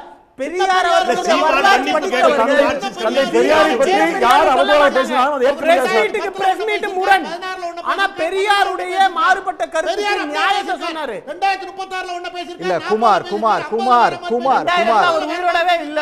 2026 பெரியார் சீமான் பண்ற வேலை சரி சரி. ஏன்னா பெரியார் பேசுறதுனால எனக்கு ஒரு மார்க்சியத்து மேல எனக்கு குமார் நீங்க அப்படி பேசுறது எனக்கு வருத்தமா இருக்குது. ஹபி நான் முடிச்சறேன், வேற சேனல் போங்க, நான் முடிச்சறேன். ஹபி சொல்லுங்க, நீங்க எவ்வளவு மார்க்சியத்தை மதிக்கிறீங்க எங்களுக்கு தெரியும். நான் ஒண்ணே ஒன்னு சொல்றேன் ராஜா, நான் ஒண்ணே ஒன்னு சொல்லி முடிச்சறேன். அதாவது இங்க நாங்களும் உங்களுடைய கோல்வால்கர் சாவர்கர் நாங்கள் நிற்கிறாரு. ஓகே சரி குமார் குமார் முடிக்கட்டும், அவர் முடிக்கட்டும். மார்க்சியம் திமுகவோடு முரண்படும் போது மார்க்சியம் சிறந்த கட்சி, சிறந்த கோட்பாடு. ஆனா மார்க்சியம் திமுக பக்கம் நிற்கும் போது கலெக்ஷன் ஏஜென்ட்டா பேசுவாங்க. அது டிப்பிக்கல் வலதுசாரிகள். நான் இங்க பெரியாரை பத்தி பேசுனதுனால குறிக்கிறேன், எனக்கு நேரத்தை கொடுங்க. சீமான் அவர்கள் பெரியாருடைய கால் தூசிக்கும் சமம் கிடையாது. நிமிடத்துக்கு நிமிடம் அண்ணன் சொன்னாரு 10% இடஒதுக்கீடுல இன்னைக்கு பிரஸ் மீட்ல நிலைப்பாடு மாறுது. ஏன் இன்னும் 10% கொடுக்கல? போன பிரஸ் மீட்ல நீ சென்சஸ் நடத்தி அதுக்கப்புறம் கொடுங்கன்னு பிரஸ் மீட் மாத்திக்கிட்டு சிறுபான்மை சமூகத்தின் மீது ஒரு பார்வை வைக்கிறது, ஒரு இஷ்யூக்கு மாற்று கருத்து கொடுக்கிறது. அதனால பெரியார் அவர்கள் அவர் பரிமாணம் வேற. ஒரு சேஞ்ச், ஒரு டிரான்ஸ்ஃபர்மேஷன்ன்றது ஒரு மனுஷன் வாழ்க்கையில இருக்கணும். ஆனா சீமான் செஞ்சது டிரான்ஸ்ஃபர்மேஷன் கிடையாது, பிழைப்புவாதம். Right right. Pongalur Manikandan sir, ஒன்றும் இல்லை, தந்தை பெரியார் அவர்கள் தேர்தல் அரசியலுக்கு வந்தவர் அல்ல. அவர் ஒரு சமூக சீர்திருத்தவாதி. அவரை குறித்து பேசுவதற்கு யாருக்கும் தகுதி இல்லை. உண்மை சொன்னால் உலகம் போட்டக்கூடிய ஒரு தலைவர் பெரியாரை பற்றி இங்கே குமார் அவர்களோ மற்றவர்களோ பேச எந்த தகுதியுமே இல்லை. தயவுசெய்து பேசாதீங்க, தேவையில்லாத வாதம். அடுத்து சார் நம்ம சகோதரர் ஹபீசுல்லா அவர் சொன்னார், அண்ணன் ராமலிங்கன் சொன்னாங்க, அதாவது இப்போ இடைத்தேர்தலில் போட்டியில்லைன்னு சொன்னால் அந்த வாக்கு யாருக்கு போகணுட்டாங்க. இப்போ ஆர்கே நகரில் திமுக போட்டியிட்ட போது அங்கே அவர் உறுப்பினர் எண்ணிக்கை 30,000 வந்தது, வெறும் 15,000 தான் வந்தது.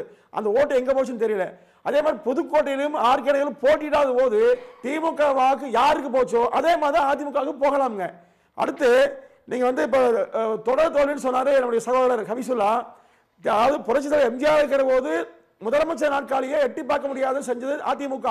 2 முறை தொடர்ந்து வெற்றி பெற்றது அதிமுக.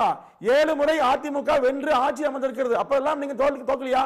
அதே மாதிரி ஐயா ஜாம்பவான் இருந்தா ஐயா கலைஞர் அவர்களே வந்து அதிமுக ஆட்சியில் இருக்கிற போது மாறி மாறி தோற்றுதான் வந்தாருங்க. அதனால் வெற்றி தோல்வியை பற்றி எல்லாம் நீங்கள் பெரிதாக எடுத்துக்கணும் அவசியம் இல்லை. அதாவது எப்பவுமே காலை பொழுதுல சூரியன் உதிக்கிற மாதிரி இடைத்தேர்தல் காலை பொழுதுல நிச்சயமா சூரியன் உதிக்குங்க. ஆனால் பொது தேர்தல் மாலை பொழுது வந்தால் நிச்சயமாக சூரியன் மறைந்து இரட்டைகிறதால் வெல்லும். 26 அதிமுக வெற்றி பெற்று ஆட்சி அமைக்குங்க. இல்ல இருட்டுல இலையெல்லாம் முளைக்காது, இருட்டுலயும் இலை இது போயிடும். இல்ல மணிகண்டன் இந்த சூழல்லையாவது ஈரோட்டுல களம் இறங்கி இருக்கலாம் இல்லையா? இப்ப அதிமுக வாக்குகள் கொஞ்சம் நாம் தமிழருக்கு போக தானே செய்யும். பெரியாரை பத்தி தொடர்ந்து பேசிட்டே இருக்காரு சீமான். இந்த நேரத்தில் அந்த வாக்குகள் அங்க போகும்போது சீமானுடைய அந்த செல்வாக்கு இன்னும் கொஞ்சம் உயர்ந்தது போல அவர் காட்டிக்குவாரு அப்படிங்கிற ஒரு பார்வையை கூட முன் வச்சாங்க. இல்ல நீங்க தந்தை பெரியாரையோ பேரறிஞர் அண்ணாவையோ புரட்சி தலைவர் எம்ஜிஆரையோ அம்மாவையோ எடப்பாடியாரையோ விமர்சித்து யாரையும் அதிமுக நிச்சயமாக ஆதரிக்காது. தமிழ்நாட்டில் திராவிட இயக்கம் தான் என்றைக்கு வெல்லும் ஒழிய மாற்று சக்திக்கு இடமே இல்லை. அதாவது நாட்டை ஒரு வன்முறை தூண்டுகிற தமிழ் தேசியங்கிற பெயரில் அவதூறை பரப்புகிற சீமான் போன்றவர்களுக்கு நாட்டில் இடமே கிடையாது. திராவிட மண் என்பதை எப்போதும் இந்த பூமி நிறுத்திக் கொண்டிருக்கிறது. பெரியாரை விமர்சித்த பிறகு சொல்ல வரீங்களா சார்? யாருக்கு சார் நீங்க புறக்கணிப்பு சொல்லியாச்சு, அவ்வளவுதான். வாக்களித்தல 2ஆம் பட்சம் பெரியார் மண்ணில நிச்சயமாக சீமானுக்கு நீ இடமே இல்லை. ரைட், சரி. அதாவது கலைஞர் புரட்சி தலைவி மக்கள் திலம் காலத்தில் இருந்த ஓட்டிங் பேட்டர்ன் தலைகீழா மாறிட்டு நம்ம இங்க ஏசி ரூம்ல இருந்து பேசுறவங்களுக்கு அது அந்த மாற்றங்கள் புரியாது. களத்துல இருந்தாதான் அந்த மாற்றம் தெரியும். நாம் தமிழர் சீமான் கூட அந்த மாற்றத்தை உணராம தான் விக்கிரவாண்டியை சந்திச்சாரு. விக்கிரவாண்டியை சந்திச்சு அவர் 4.5 எடுத்தவர் 6ஓட நின்று போச்சு. நான் சொன்னேன் போலரைசேஷன் தான் வரும்னு சொன்னேன். 55% வாக்கு திமுக அணி தாண்டுன்னேன். டாக்டர் ஐயா 25 தாண்டுவாருன்னேன். 29 எடுத்தாரு டாக்டர் ஐயா, 63 எடுத்தது திமுக அணி. சீமான் போலரைசேஷன்ல திணறுவாருன்னு சொன்னேன். விஜய் விக்கிரவாண்டி இடத்தேர்தல் முன்னாடி கள்ளக்குறிச்சியில் பார்த்த சாராய் சாவுக்கோ ஆம்ஸ்ட்ராங் மரணத்துக்கோ எந்த தாக்கமும் விக்கிரவாண்டியில் இருக்காது நான் சொன்னேன். இப்போ நான் இதெல்லாம் திரும்ப ஏன் ரிமைண்ட் பண்ணி சொல்கிறேன்னா என்னோட சகோதரர் அவரோட கருத்துக்கு மாற்று கருத்தை தான் நான் சொல்ல வந்திருக்கிறேன். திமுக ஓட்டு அதிமுக ஓட்டு திமுகவுக்கு போகாது, ரெட்டையில ஓட்டு உதயசூரியனுக்கு போகாதுங்கிறத இவர் தன்னோட கருத்தா சொன்னார். சீமான் தேர்தல் முடிஞ்ச முறை சொன்ன கருத்து 25% அதிமுக ஓட்டு உதயசூரியனுக்கே போயிட்டு எடப்பாடிக்கு ஓட் டிரான்ஸ்பரிங் கெப்பாசிட்டி கருத்தை சீமான் தேர்தல் முடிஞ்சது சொன்னார். தேர்தலுக்கு முடிவுக்கு முன்னாடி அந்த உண்மையை அவர் உணரல.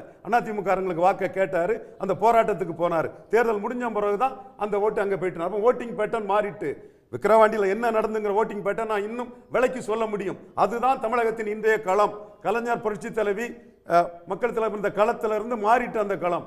அதே சூழ்நிலையில தான் மிக நுணுக்கமாக சிந்தித்து அந்த கலைஞர் காலகட்டத்தில் இருந்த அரசியலை மாற்றி இன்னைக்கு வந்து திமுக தலைவர் மு.க. ஸ்டாலின் விட்டிருக்கிறார். ஒரு கேண்டிடேட்டை சந்திரகுமாரை விட்டிருக்கிறாருன்னா தெளிவாக அந்த மண்டலத்திலோட அரசியல் நுணுக்கத்தை தெரிஞ்சு விட்டுருக்கிறாரு, மிக தெளிவாக தெரிஞ்சு விட்டுருக்கிறாரு. விக்கிரவாண்டியில் எந்த களத்துக்குள்ள அவருக்கு வாக்கு வங்கி ஏறிச்சோ, எந்த தன்மைக்கு தக்கன ரெட்டையில வாக்குகள் 25% அவருக்கு வந்ததோ அதே தன்மையை புரிஞ்சுதான் அங்கே விட்டுருக்கிறாரு. இன்னும் சொல்ல போனா அதே ஈரோடு கிழக்கில் இடைத்தேர்தலில் அவங்க எடுத்த 65% இருந்து வெறும் 8% வாக்கு தான் குறைஞ்சிருக்காங்க. குறைஞ்ச 8ல் 2 சீமான் ஏறி இருக்கிறாரு. அதிமுக 3% குறைஞ்சிருக்கிறாங்க. என்டிஏ ஒரு 8% எடுத்திருக்காங்க. என்டிஏ 18 எடுத்தவங்களுக்கு அவங்களுக்கு வீக்னஸ் தான். அந்த வீக்னஸால தான் அவங்க நிக்கலங்கிற குமாருக்கு கருத்தை நானும் ஒத்துக்கிறேன். ஸோ இன்னைக்குள்ள தமிழக அரசியல் களம் என்டையர்லி ஓட்டிங் பேட்டர்ன் மாறி இருக்குது. அந்த மாறின ஓட்டை பேட்டர்னை வந்து திமுக தலைவர் மு.க. ஸ்டாலின் புரிஞ்சுக்கிட்டு தான் கலைஞர் பண்ண அரசியல இருந்து மேம்பட்டு தான் அதோட டிஃபெக்ட்ஸை வந்து ரெக்டிஃபை பண்ணி தான் அவர் போயிட்டு இருக்கிறாருங்கிறது என்னோட பார்வை. அதன் அடிப்படையில் பார்த்தா ஈரோடு கிழக்கில் எடுக்கிறதெல்லாம் பாசிட்டிவ் ஓட்டு தான் சீமான் எடுக்க முடியும். அந்த உணர்ந்து தான் சீமான் என்ன சொல்றாரு, அதிமுகவும் இந்த மாதிரி தான் பண்ணாங்கன்னு அதிமுக அடிக்கிறாரு. விக்கிரவாண்டியில் அடிக்கல. விக்கிரவாண்டியில் ஏன் அடிக்கலன்னா அந்த ஓட்டு வரும்னு போராட்டத்துக்கு போய் நின்னார். அவர் நிற்கல, அவருக்கு ஆட்கள் ராவணனை அனுப்பி வச்சிருந்தார். என் நண்பர் ராவணனை அதிமுக போராட்டம் அனுப்பி வச்சிருந்தாரு. அனுப்பியும் ஓட்டு வரல. அப்போ இந்த இடத்துக்குள்ள அவரு அனுபவ பாடத்தில் என்ன வராரு, அதிமுக இப்படிதான் தேர்தல் நடத்தினாங்க. சரி, அப்ப அதிமுக ஓட்டு வந்து அங்க வந்து இதுக்கு சீமானுக்கு போகலனா கூட ஒருவேளை பாஜக ஓட்டு வரும் இல்லையா? பாஜக ஓட்டுல இப்போ குமார் உணர்வை பார்த்தா பாஜக ஓட்டுல அந்த பெரியார் இஷ்யூல வந்து 18% பாஜக ஓட்டுல வந்து சீமான் பேசினதை மெரிட்டுக்குள்ள நான் போகல. பாஜக ஓட்டர்ஸ் வந்து அதை ஏத்துக்கிடக்குள்ள ஒரு சூழ்நிலை வரலாம். மற்றபடி சீமானங்க என்ன போவார்னா அவருக்கு பாசிட்டிவா உள்ள இதில் தான் போக முடியுமே தவிர, இன்னும் சொல்ல போனா எம்ஜிஆர் ஊழல்வாதிம்பாரு, வீரப்பன் கொள்ளக்காரம்னா ஜெயலலிதாவுக்கு என்ன பேருன்னு கேட்பாரு. இப்ப பெரியார பிடிச்சுக்கிட்டாரு. இப்படி கான்ட்ரவர்சியா பேசிதான் அவர் நிற்கிறாரு. இதுல அவர் ஈரோடு கிழக்க பொறுத்தவரை என்ன பேசுவார் நாங்க கணிக்கிறோம்னா, பறையர் தேவேந்திர குல வேளாளருக்கு அருந்ததிரியோட ஒதுக்கீட்டுல அநீதி, 5% அவங்களுக்கு உயர்த்தி கொடுங்கன்னு வெளிப்படையா இந்த இதை தான் பேசுவார். அதில் உள்ள மெரிட்டு இதெல்லாம் ரெண்டாவது. அவருக்கு அதில் என்ன கெயின் கிடைக்குதோ அதை தான் பேசுவார். அதே மாதிரி பெரியார் விஷயம் அவர் விடாமல் எடுத்துட்டு தான் போவார். அவர் பார்வை மற்றவங்க நான் வித்தியாசமான தலைவர், அந்த தலைவருக்கு என்ன ஓட்டுங்க. பெரியார் விஷயம் அவர் வந்து விடாம எடுத்துட்டு போறதுங்கிறது அவருக்கு அங்க ஈரோட்டில் பிளஸ்ஸா மாறும் நினைக்கிறீங்களா இல்ல மைனஸ் ஆகும் நினைக்கிறீங்களா? நான் ஏற்கனவே சொல்லிட்டேன், 1.5% விக்கிரவாண்டியில் எடுத்தவர் தான் 8.2 நிற்கிறாருன்னா தமிழ் தேசியத்துக்கான ஓட்டாட்டு நான் அதை கருதல்ல. தொடர்ந்து தனிச்சு நிற்கிறாரு. கமலஹாசன் நிற்கல, இவரோட பல மடங்கு செல்வாக்குள்ள ஒரு பெரிய நட்சத்திர நடிகர். தினகரன் நிற்கல, ஆர்கே நகரில் ரெட்டையிலையும் உதயசூரியனையும் தோக்கடிச்சு காட்டின பெரிய ஸ்டார் இடைத்தேர்தல் கேண்டிடேட் அவர் நிற்கல. இவர் நிற்கிறாரு. நிற்கிறது ஒரு மெரிட்டு. அந்த மெரிட்டை இன்னைக்கு ஏடிஎம்கே கோட்டை விட்டுருக்காங்க, என்டிஏ கோட்டை விட்டுருக்காங்க. திமுக யாரை விட்டா எப்படி அந்த ஓட்டை தன்வசப்படுத்த முடியும்னு தெரிஞ்சு நுணுக்கமாக தான் திமுக போயிட்டு இருக்காங்க. சையத் தனித்து நிற்கிறாரு அப்படிங்கிறதுனால, தனித்து நிற்கிறாரு தொடர்ந்து நிற்கிறாரு அப்படிங்கிறதுனாலேயே அதை ஒரு பெரிய ப்ளஸ்ஸாக எடுத்துக்கலாமா? இல்லை, கண்டிப்பாக ஈரோடு இடைத்தேர்தல் அவர் தனித்து நிற்கலை, பாஜகவுடைய ஆதரவு அவருக்கு இருக்குது அப்படின்றத நம்மளால் புரிஞ்சிக்க முடியுது. இன்றைக்கி தமிழிசை அவர்கள் சன் நியூஸுடைய ட்விட்டர் பேஜில் போட்ட வீடியோ இருக்குது. இப்போ தான் எங்களுடைய வழியில் வந்திருக்கிறார், இது பாஜகவுக்கு கிடைத்த வெற்றி. இதை தான் நாங்கள் பல காலமாக சொல்கிறோம். பாஜகவுடைய பி டீமாக சீமான் செயல்பட்டுருக்கார். பாஜக சொல்ல முடியாத விஷயங்களை, பாஜக பேச முடியாத விஷயங்களை அவர் தமிழ் தேசியம்ன்ற ஒரு ஒரே ஒரு விஷயம் மட்டும் குறிக்கிறார். சீமானுக்கு பி டீமா தமிழிசை நயனார் நாகேந்திரன் போன்றவங்க செயல்பட்டு தான் ஆர்கே நகர்ல சீமான் தமிழ் தேசியம் தமிழ்நாடு ஃபுல்லா உள்ள அவரோட கேடர்ஸை விட்டு இந்துத்துவாவோட அதிக ஓட்டு எடுத்தாப்புல. இந்துத்துவா ஜெயலலிதா மரணத்துக்கு அப்புறம் அந்த ஓட்டை எடுத்திருக்கணும். தமிழிசை சீமானின் பி டீம். அப்போ அதுதான் சொல்றேன், சீமான் பாஜகவுடைய பி டீம்ன்றதை மீண்டும் நிரூபணமாக இருக்கிறது. சீமான் சொன்ன கருத்தை பாஜகவுடைய அது உங்க கருத்தா இருக்கலாம். சரிண்ணே, அது நீங்க இருக்கலாம். அதான் சரி, நிரூபணமானது உங்க கருத்து. நான் என்னுடைய பார்வையை ஒருத்தருக்கு ஒருத்தர் பி டீமா இருக்காங்கன்னு வச்சுப்போமே. சீமானுக்கு பாஜக பி டீமா இருக்கு, பாஜகவுடைய தமிழிசை சீமானுக்கு பி டீமா இருக்காங்க. இப்ப ஏதோ ஒரு மாறி மாறி பி டீமா இருக்காங்க. எங்களுடைய குற்றச்சாட்டை நாங்க வைக்கிறோம். இதுவும் எவிடன்ஸ் தான். தமிழிசை சொன்னது பாஜகவில இருந்து தமிழிசை பிரிச்சு பார்க்க முடியாது. இன்னைக்கு அவங்க அதிகாரப்பூர்வ பாஜகவுடைய முன்னணி தலைவராக இருக்கனால அந்த நிலைப்பாட்டில் நான் சொல்றேன். அடுத்தது இது தொடர்ந்துகிட்டே இருக்குது. அதனால தான் 2 பேரும் பெரியார் எதிர்ப்பு வைக்கிறாங்க. அதில் கள்ளமௌனம் காத்துக்கிட்டு எடப்பாடி பழனிசாமி அமைதியாக இருக்காரு. கொங்கு மண்டலத்தில் ஒரு காலத்தில் அதிமுகவுடைய பலம்னு சொன்ன இடத்துல இந்த பாராளுமன்ற தேர்தலில் நான் பாஜகவுடைய மாநில தலைவரை அவர் போட்டியிட வேணும் விரும்பின கோயம்புத்தூரில் அவரை தோக்கடிச்சிருக்கோம். அப்போ கொங்கு மண்டலத்தில் திமுக பலமாக இருக்கிறது. இதெல்லாம் பார்த்துருக்கு. இங்கே திராவிட கட்சிகளுக்கு தான் களம் அப்படின்ற ஒரு 50 வருஷமாக செட் பண்ணுறதுக்கு ஆண்டு கொண்டு இருக்கக்கூடிய கட்சிக்கு மட்டும் பொறுப்பு இல்லை. அது மட்டும் அவர்களுடைய முயற்சினால் மட்டும்தான் இந்த திராவிட களமாக நிற்கலை. எப்பப்பெல்லாம் தேவைப்படுதோ எதிர்கட்சியாக நாங்கள் இருந்த போதும் அதை திராவிட களமாக நிறுத்துறதுக்கு பல போராட்டங்களை செஞ்சோம். மக்களை சந்தித்து மக்களுடைய உண்மையான பிரச்சனைகளை பேசணும். எங்கெங்கெல்லாம் தேவைப்பட்டுச்சோ அங்கெங்கெல்லாம் ஒன்றிய அரசுடைய அநீதிகளை கண்டித்தோம். அதனால தான் இது தேர்தல் களமாக திராவிட களமாக நின்றுக்கிட்டு இருக்கு 50 வருஷமாக. ஆனால் எடப்பாடி பழனிசாமி ஒவ்வொரு தேர்தலும் புறக்கணிச்சுக்கிட்டு சேலத்தில் உட்காந்துக்கிட்டு வீட்டை பூட்டிக்கிட்டு இது தேர்தல் இது வந்து திராவிட களமாக அமையும் அப்படின்னு அவர் நினச்சிட்டு இருக்காருன்னா அது கற்பனை. ஒன்றிய அரசை எதிர்க்க வேண்டிய ஆளுநர் வந்து படிக்காமல் போகிறாரு. ஆளுநர் உரையை, அது தேசிய கீதம் சர்ச்சை, ஜெயலலிதாவுடைய மரபை மாற்றணுன்றாரு. நாங்கள் அந்த மரபை மாற்ற மாட்டேங்கிறோம். அப்போ எங்கள் பக்கம் நிற்காம ஆளுநர் பக்கம் நின்று இங்கே திராவிட கலத்தை எப்படி அவர் நிலைநிறுத்த போகிறாரு? ஒரு பக்கம் ஒன்றிய அரசுடைய குரலாக மாறுறாரு, நீட் விவகாரத்தில் ஒன்றிய அரசுடைய குரலாக மாறுறாரு, சமகர சிக்ஷா கல்வி நிதி வரல அப்படின்னா ஒன்றிய அரசுடைய குரலாக மாறுறாரு. அப்போ இது மூணுமே ஒன்றா தானே பார்க்கணும்.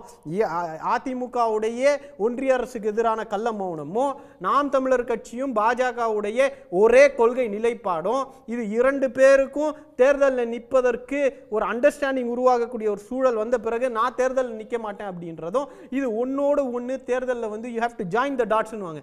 இந்த டாட்ஸை ஜாயின் பண்ணி பார்த்தா எல்லாரும் ஒன்றா தான் இருக்கும். நன்றி நன்றி நன்றி. விவாதத்தில் பங்கேற்ற அனைவருக்கும் நன்றி. மீண்டும் ஒரு நிகழ்ச்சியில் சந்திக்கலாம் நேயர்களே. நன்றி, வணக்கம். உடனுக்குடன் செய்திகளை தெரிந்து கொள்ள சன் நியூஸ் பெல் ஐகானை கிளிக் பண்ணுங்க.